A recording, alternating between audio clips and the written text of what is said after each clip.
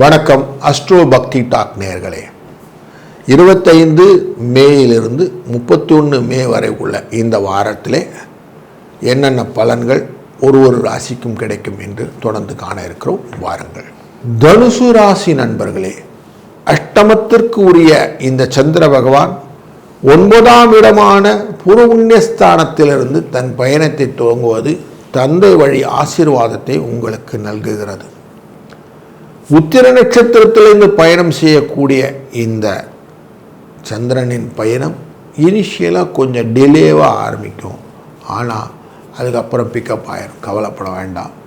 ஒன்றுமே தரல அப்படிங்கிறதுலேருந்து வந்துக்கிட்டு இருக்கு சார். ஓரளவுக்கு பணங்கள்லாம் வருது, வாழ்க்கையில் என்னால் கண்ட்ரோல் பண்ண முடியுது, தன லாபங்களும் நான் எதிர்பார்த்த அளவுக்கு இல்லைனாலும் ஓரளவுக்கு டீசெண்டாக இருக்குது அப்படின்னு உண்மையாக ஒத்துக்கொள்ளக்கூடிய சூழ்நிலையை இந்த வாரம் உங்களுக்கு தர இருக்கிறது. சந்திரனின் இந்த போக்கானது சனி பகவானால் பார்க்கப்படுகிறது. சனி பகவான் உங்கள் ராசியும் பார்த்து கொண்டிருக்கிறார், குருவும் பார்த்து கொண்டிருக்கிறார். அதனால் எந்த விதத்திலும் தன தட்டுப்பாடு அப்படின்னு இருக்காது. லேபேக் ஆக்டிவிட்டின்னு சொல்லுவோம். கொஞ்சம் சோம்பேறித்தனமாக இருக்குமே ஒழிய பண பிரச்சனைகள் வருவதற்கு வாய்ப்பு கம்மி தான். குருவின் அருளாலே சந்திரனின் பார்வை இருக்கும்போது, சந்திரனை குரு பார்ப்பதனாலும் செவ்வாயை குரு பார்ப்பதனாலும் லாபம் வருவதற்கான வாய்ப்புகளும் உண்டு. புதிய முயற்சிகளும் பயணங்களும் லாபத்தை கொடுப்பதாக அமையும்.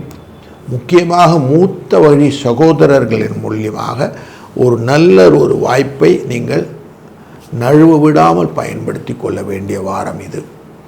குழந்தைகள் வழியிலே நல்ல முன்னேற்றத்தை கொடுக்கக்கூடியதாகவும், அவர்களுடைய வாழ்க்கையிலே கரெக்டான பயண நிலைகளை நீங்கள் ஏற்படுத்திக் கொள்வதற்கும், அவர்களுக்கு சிலங்க வெளிநாட்டுகளுக்கு சென்று படிக்க வேண்டும் என்ற எண்ணங்களை கொடுத்து அவர்களுடைய நிலைப்பாட்டை நீங்கள் ஒரு மாதிரி கரெக்டாக டியூன் பண்ணுறதுக்கும் இந்த வாரம் கரெக்டான வாரம்.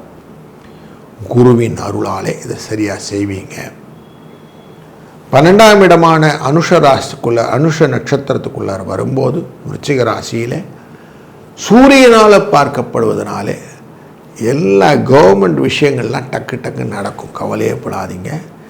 எந்த தடையும் இருக்கிறதுக்கு வாய்ப்பு இல்லை. எதுவுமே அந்த டைம் பவுண்ட் அப்படின்னு சொல்லுவோம், அந்த மாதிரி நேரங்கள் வரும்போது கரெக்டாக உங்களுக்கு ஆப்பர்ச்சுனிட்டி பெனிஃபிட் அமையும். அதனால் சக்ஸஸ் ஸ்டோரி உண்டு. மொத்தத்தில் இந்த வாரம் எல்லாருடைய அனுகிரக ஆசீர்வாதத்தினாலே நல்லதொரு பலன்களை நிறைய பயன்படுத்திக் கொள்ளக்கூடிய சூழ்நிலை உண்டு. 4ஆம் இடத்திலே சனி பகவான் இருக்கக்கூடிய சூழ்நிலை. 4ஆம் இடம்னாலே சுகஸ்தானத்தில் இருக்கிறான்னு அர்த்தம். அங்கிருந்து தன் பார்வையை வைத்து கொண்டிருப்பதும், உங்கள் ராசியினுடைய நாதனான குரு பகவான் உங்கள் களத்திரஸ்தானம் என்கிற 7ஆம் இடத்திலிருந்து தன் பார்வையை பயன்படுத்தி கொண்டிருப்பதனாலும் உங்களை எல்லா விதத்திலும் காபந்து பண்ணக்கூடிய வாரமாக இந்த வாரம் அமைவது சிறப்பு. 3, 6 என்ற அதிர்ஷ்ட எண் துணை நிற்கும். மகர ராசி நண்பர்களே, இந்த வாரத்திலே உங்கள் களத்திரஸ்தானத்துக்காரரான சந்திர பகவான் உத்திர நட்சத்திரம் என்கிற நட்சத்திரமானது சிம்ம ராசியிலிருந்து துவங்குகிறது. அங்கிருந்து உங்கள் ராசியின் 11ஆவது இடமான லாபஸ்தானம் வரை அனுஷ நட்சத்திரம் வரை வருகிறார். இந்த களத்திரஸ்தானத்தின் பயணத்தின் போது உங்கள் ராசிநாதனான சனி பகவான் தன லாபத்தை கொடுத்து கொண்டிருக்கிற சூழ்நிலைகளே இவரினால் பார்க்கப்படுகிற பூர்வ புண்ணியஸ்தானமான கன்னியா ராசி மேலே பார்வை இருக்கிறது. அதனால் பல நலன்கள் உண்டு.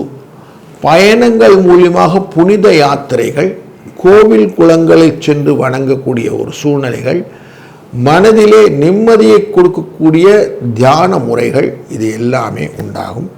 மனதிலே சோத்திர பாடங்கள் நல்ல ஒரு வைபை கொடுக்கக்கூடியதாக அமைகிறது. தொழில் முறையிலே நல்ல முன்னேற்றத்தை கொடுக்கக்கூடிய சூழ்நிலையிலே லாபமும் பெருகக்கூடிய வகையிலே செவ்வாயால் பார்க்கக்கூடிய துலா ராசியாக அமைவதும், அங்கே சந்திரன் அமைவதும், குருவினாலே பார்க்கப்படுவதும் கூடுதல் சிறப்பு. லாபங்கள் இரட்டிப்பாவதற்கான வாய்ப்பு, புதிய முயற்சிகள் முன்னேற்றத்திற்கான வழிகளை கொடுப்பதற்கான வாய்ப்புகளும், வெற்றிக்கான இலக்கை எளிதாக அமைவதற்கு ஸ்மார்ட் அப்ரோச் அப்படின்னு சொல்லுவோம். அந்த ஸ்மார்ட் அப்ரோச் வருவதற்கான வாய்ப்புகளும் நிறைய இருக்கு. தெரிந்து செய்யக்கூடிய காரியங்களில் நல்ல முயற்சியோடு இறங்கி செய்யுங்க.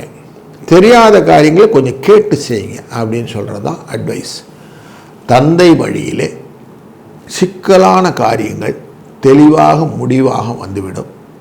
எல்லாமே இந்த சொத்து விவகாரங்கள், பூமி விவகாரங்கள் உங்களுக்கு லாபத்தை கொடுப்பதாக அமையும். குடும்ப தன வாக்குஸ்தானத்துக்குள்ளே இருக்கக்கூடிய இந்த சனி பகவான் 3ஆம் இடத்திலே அமர்ந்து தன் பார்வையை உங்களுடைய ராசியின் 12ஆம் இடத்தில் மேலே வைப்பது சுப செலவுகளை ஏற்படுத்துவதாக அமையக்கூடிய காலகட்டங்கள் குருவினாலே அனுகிரகமாக அமைகிறது. அதனால் தடைப்பட்ட கல்யாணம் நல்லபடியாக நடக்கும். பெண்களுக்கு கல்யாணம், படிப்பு, வசதி, வாய்ப்புகள் இது எல்லாமே ஏற்படுத்தக்கூடிய காலகட்டங்களாகவும் அமைகிறது. முன்னேற்றமான வேலை வாய்ப்புகளை ஏற்படுத்தும். தொழிலிலே நிரந்தர வருமானத்திற்கான வாய்ப்புகளும் உங்களை தலை நிமிரச் செய்யக்கூடிய புகழும் தனமும் கிடைக்கக்கூடிய வாரம் இது. 4, 9 என்ற அதிர்ஷ்ட எண் இந்த வாரத்தில் உங்களுக்கு துணை நிற்கும். இந்த வாரத்திலே 30ஆம் தேதி வரக்கூடிய வைகாசி விசாகம் என்பது உங்களுக்கு முக்கியமான ஒரு விஷயம். முருகனை அன்னைக்கு வணங்குறது ரொம்ப நல்லது.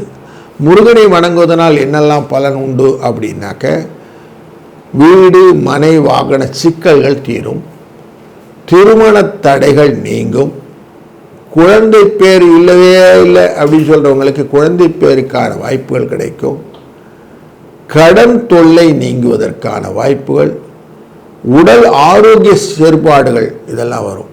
விசாகம் அப்படின்னு உடனேயே திருச்செந்தூர் முருகனை வணங்குவதுன்னு மனதில் வந்துடணும். அங்கே சுப்பிரமணிய புஜங்கம் என்கிற பாடலை சொல்லி ஆதிசங்கரர் தன் தீராத வயிற்று வலியை தீர்த்து கொண்டார்னு ஒரு புராணம் உண்டு. அப்படி நமக்கு அத்தனை விதமான சிக்கல்களும், பில்லி சூன்யம் போன்ற சிக்கல்களையும் தீர்ப்பதற்கு இந்த விசாகம் வரப்பிரசாதம். அதனால் இந்த வைகாசி விசாகத்தை நீங்கள் அனைவரும் பயன்படுத்தி கொள்வதும் நல்லது. அதுபோல் இந்த மாதத்திலே 31ஆம் தேதி அனுஷ நட்சத்திரம் அன்று காஞ்சி மாமுனியின் ஜெயந்தி விழா அன்று உண்டு. சந்திரசேகர சரஸ்வதி சுவாமிகளின் அந்த ஜெயந்தி விழாவிலே நீங்கள் மாற்றுத்திறனாளிகளுக்கு உதவி செய்வது அப்படின்னு வச்சுக்கொண்டு அன்றைக்கு செய்வதனாலே சனி பகவானுடைய அனைத்து விதமான அனுகிரகத்தை பெற்று வாழ்க்கையிலே கஷ்டமில்லா பெருவாழ்வை நித்தியம் பெறுவதற்கான வாய்ப்புகளை பெறலாம். அதுபோல கடன் என்ற அந்த விஷயம் உங்களை விட்டு அகன்று போவதற்கு அன்றைய நாளிலே கடனில் ஒரு பகுதியாவது கொஞ்சம் திருப்பி கட்டுறதை முயற்சி பண்ணுங்கள். மலை போல் இருக்கக்கூடிய கடலும் பனி போல் போய்விடும். அப்படிங்கிறனால இந்த நாளை அழகாக பயன்படுத்தி கொள்ளுங்கள். உங்களுக்கு வாழ்க்கையிலே சுபிட்சம் கொடுக்கக்கூடிய வாரமாக இந்த வாரம் அமையட்டும். வாழ்க வளத்துடன்.